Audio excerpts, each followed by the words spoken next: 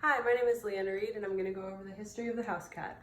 To show that my audience is here, this is my friend and my mom and my baby and my father-in-law down there. And my husband. Hello. Go ahead and take a seat. Now let's proceed with the presentation. Every single house cat in America and all over the world has actually stemmed from 5 of the same subspecies that was found in the Middle East, somewhere near Saudi Arabia and Bahrain.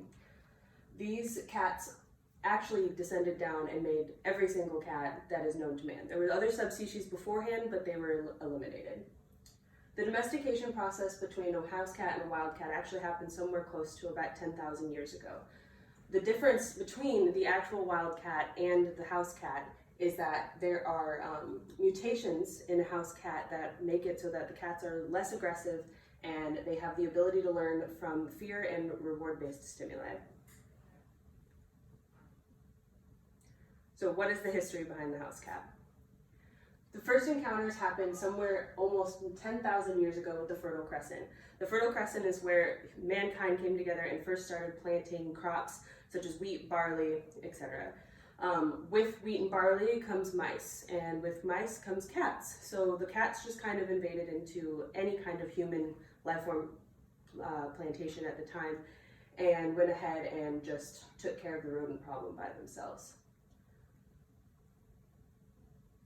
So as you can see here, this is Mesopotamia, where the house cats and wild cats, or where wild cats originated. And you can watch as time goes on with a timeline from about 10,000 years ago here in Turkey.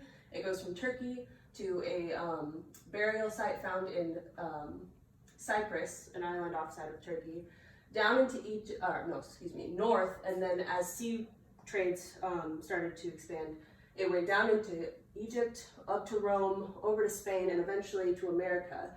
The Vikings also spread from Rome to America, and we will get into Viking cats in a moment. So what is the basic lore behind the house cat? Everyone knows about the 9 lives. Cats are associated with witchcraft and Halloween, etc. So let's get into that. Some basic ancient cat myths are the goddess Freya from Nordic myth, the Roman goddess Diana, who is actually pretty much the same goddess as the Egyptian goddess Bastet, which we'll get into Egyptian cats in one moment.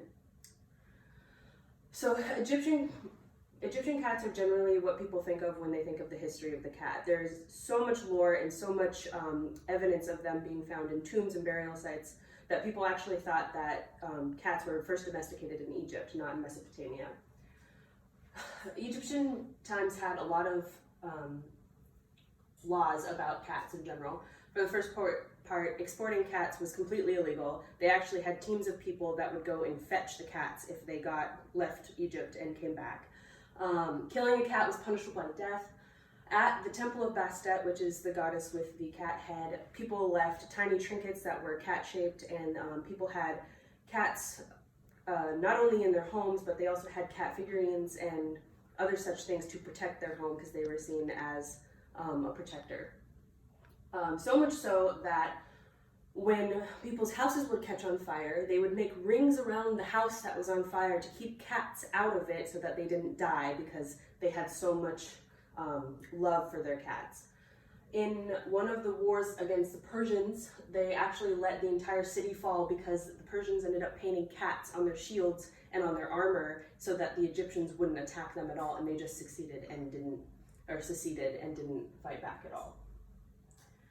A lot of lore is actually from the Celtic cats as well. Celtic cats, or Celtic lore goes over the cat sith, which is actually this picture here. It would take away people's souls after they died in something called a late wake for the people who died, They would make every room in the house have a fire, put catnip out, protect the body at all costs from letting any cat get anywhere near it because they thought it would steal its soul before it went to heaven. Another basic lore about cats is the 9 lives. Celtic people actually thought that cats and witches were basically hand in hand, and a cat could only turn into a human and back into a cat 8 times, and then the 9th time was the last time, and they would be stuck as a cat forever. Also for Halloween, people would leave out milk bowls for the cat sith, and it would come and drink from it as a trick, and then if you didn't, or as a treat, excuse me, and if you didn't do it, it would be a trick, which would be a curse on your family or your cows for not giving him milk. Nordic cats were also very instrumental in the myth about all cats in general. The first parts were that the Nordic cats traveled on the ships with the Vikings, as I already covered, and they actually used their fur to make their clothes. Some basic Nordic lore about the cats themselves is that brides would actually be given kittens as part of their bridal ceremony because it was associated with the Freya, the goddess of love. Diving into that, Nordic beliefs after they went into the European territory ended up being called pagan because the Catholic Church didn't want anything to do with witchcraft or any pagan kind of religions at all. So going into witchcraft, the Pope Gregory in 1233 actually issued a warning called the Vox in Rama, saying that if anyone was seen doing witchcraft, which associated with black cats and witches, that they would be executed. So going into that, right previous to the bubonic plague, people just started killing off cats completely. Other things that could go into witchcraft was that their allergies. In a world of no medical knowledge whatsoever, people could think that cats coming around could cause allergies and make them not able to see and sneeze, etc. And also Celtic believed that humans, or cats were humans who had done bad deeds the life beforehand and came back to Earth as a cat. So some famous cats today. Unsinkable Sam survived 3 separate shipwrecks in the Royal Navy with the, the Cossack, the Bismarck, and the Ark Royal. All 3 sinkings he survived by sitting on planks, and in the water they rescued him. Tomaso is another cat that inherited $13 million fortune from its owner and all of her real estate. And then other cats that everyone knows today is the Grumpy Cat for his angry face, Hamilton, the hipster cat, he has a mustache, and then people also recognize cats in the Cucumbers, an older phase, which was the bread on their head and then throwing cheese at your cat. Here's my works cited, and that is my pictures cited for all of my slides. Thank you.